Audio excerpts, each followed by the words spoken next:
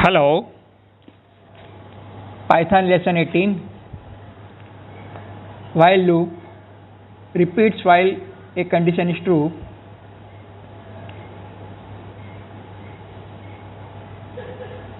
Accumulated total is given here.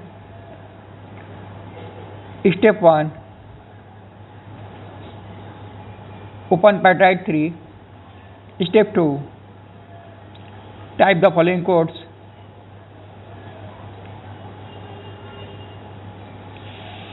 Step 3, click the run button. Step 4, enter the first number. 2, press enter key to continue. Enter second number. 3, press enter key to continue. Addition equal to 5. Again enter first number. 4, press enter key to continue. Enter second number. 5, press enter key to continue. Addition equal to 9. Again enter first number equal to 6. Press enter key to continue. Enter second number. 7. Press enter key to continue. Addition equal to 13. Output